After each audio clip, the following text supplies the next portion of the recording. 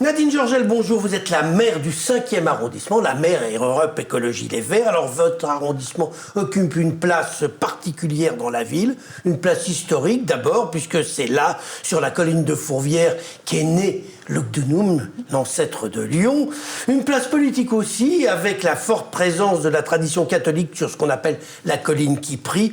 Et enfin, le 5e, c'est aussi la pression des groupuscules d'extrême droite qui ont été tout récemment, suite à l'action du député Thomas Rudigos, qui ont été dissous. Voilà, quel avenir l'écologiste que vous êtes, la maire écologiste que vous êtes, espère dessiner pour cet arrondissement ô combien complexe? Merci Gérard Angel, et ravie d'être sur votre plateau. Donc c'est effectivement une belle présentation du 5e et on est ravis d'être en charge de la destinée pour quelques années de ce bel arrondissement qui est aujourd'hui confronté à de multiples défis, qu'ils soient économiques, de par la crise économique et le contexte sanitaire que nous connaissons. Et nous savons bien la situation des commerçants du Vieux-Lyon, une crise sociale qui ne touche bien évidemment pas que le 5e, et une crise également environnementale.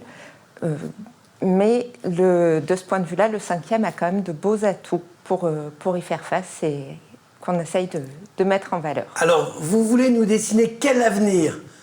Vous avez dit, je suis heureuse que notre équipe soit là pour diriger cet arrondissement. Ce qui serait bien, c'est que ce soit les Lyonnais qui soient heureux demain.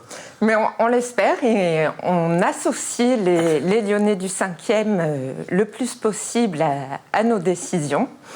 Alors, quel avenir ? C'est un avenir qui soit à la fois résilient pour préparer ce territoire au changement et aux enjeux, notamment du changement climatique à venir, mais aussi de penser une économie qui soit plus durable et résiliente face aux crises, et notamment du point de vue économique, de repenser un modèle pour ce qui est par exemple du Vieux-Lyon, qui ne soit plus uniquement basé sur le tourisme international, mais nous, ce qu'on aimerait surtout, c'est que les Lyonnais reviennent dans le Vieux-Lyon pour faire leurs courses au quotidien. Mais pas avec une voiture, surtout.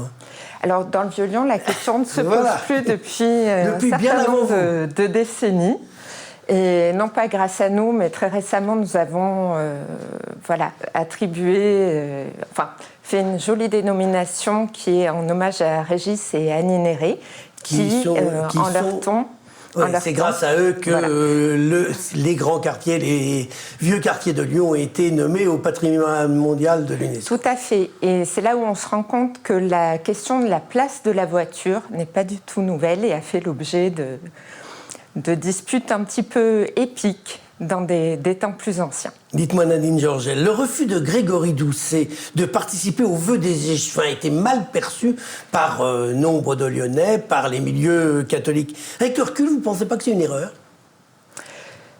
À moins que vous ne vouliez pas dire du mal de votre chef, je pense pas que ça soit une erreur, je pense que c'est pas du tout. Et il n'était peut-être pas présent à la messe des échevins. Alors, pour information, je n'ai pas communiqué là-dessus, mais moi, j'étais présente. Oui, donc, en fait, vous n'êtes pas tout à fait sur la même longueur d'onde que lui. Non, mais je pense... Enfin, c'est pas une question de longueur d'onde. Il y a eu... Alors ça, là-dessus, on n'a eu il y a eu aucune tension ou dissension. On a... c'est des approches qui sont infiniment personnelles. Et ça témoigne aussi d'une diversité d'approches quant à la laïcité.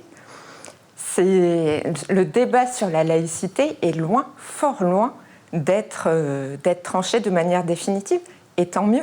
Dites-moi Nadine Georgel, ça fait 300 jours, un tout petit peu plus de 300 jours que les écologistes dirigent la ville. Pour l'instant, on ne peut pas dire que Grégory Doucet, l'ensemble de l'équipe, ait conquis le cœur des Lyonnais. Pour l'instant, il y a du boulot à faire. Qu'est-ce que vous envisagez de faire pour justement que demain... quand la crise sanitaire aussi sera passée, parce que ça ne vous facilite pas la tâche, que demain, les Lyonnais soient fiers de leurs élus? Alors, si vous permettez, je vais relativiser un petit peu ce constat. C'est votre droit, je fais le constat, après vous dites ce que vous voulez. Je pense que ça, c'est effectivement c'est ce qui est mis en avant. On assiste quand même à une espèce de débat très caricatural et très outrancier, alors que ce soit au niveau des groupes politiques lyonnais et plus globalement au niveau national, où la moindre prise de parole fait l'objet de polémiques des fois difficilement compréhensibles. Moi, le retour que j'ai du terrain est assez différent. C'est-à-dire qu'on est face à des habitants qui sont quand même fort satisfaits de l'approche qu'on a, qui est une approche de terrain, d'écoute et d'association. Alors moi, je vais vous donner un exemple pareil sur lequel on communique peut-être pas beaucoup, mais nous faisons tous les mois un point police, donc avec la mairie du 5e, la police nationale, la police municipale et notre référent de prévention. Et hier, par exemple, nous avons testé un nouveau format où nous associons les présidents des conseils de quartier. Il y a une première heure d'échange entre les acteurs de la tranquillité sur le 5e et les conseils de quartier, parce qu'on pense que c'est important que le dialogue se fasse dans les deux sens, d'avoir une remontée de ce qui va bien et de ce qui va moins bien sur les différents quartiers. Il y a beaucoup de choses qui vont moins bien en matière de sécurité, plus que ce qui va bien. Quand vous allez en ville, il y a des rodéos, il y a des violences, il y a des tirs de mortier contre les forces de l'ordre, il y a des caillassages. On ne peut pas dire que Lyon soit un paradis de sécurité. Je pense que c'est quand même une problématique assez nationale. On ne peut pas l'attribuer à Lyon spécifiquement et on ne peut pas non plus l'attribuer à une action qui serait sur 300 jours. Je pense que là, on est sur une dynamique qui nous préoccupe tous. Enfin, on ne peut pas être élu et se satisfaire de ça. Maintenant, je pense que justement, là, on devrait avoir une approche plus consensuelle pour justement aborder ces problématiques et travailler à des solutions qui soient vraiment au service des Lyonnaises et des Lyonnais et qui écoutent aussi justement ces acteurs de terrain.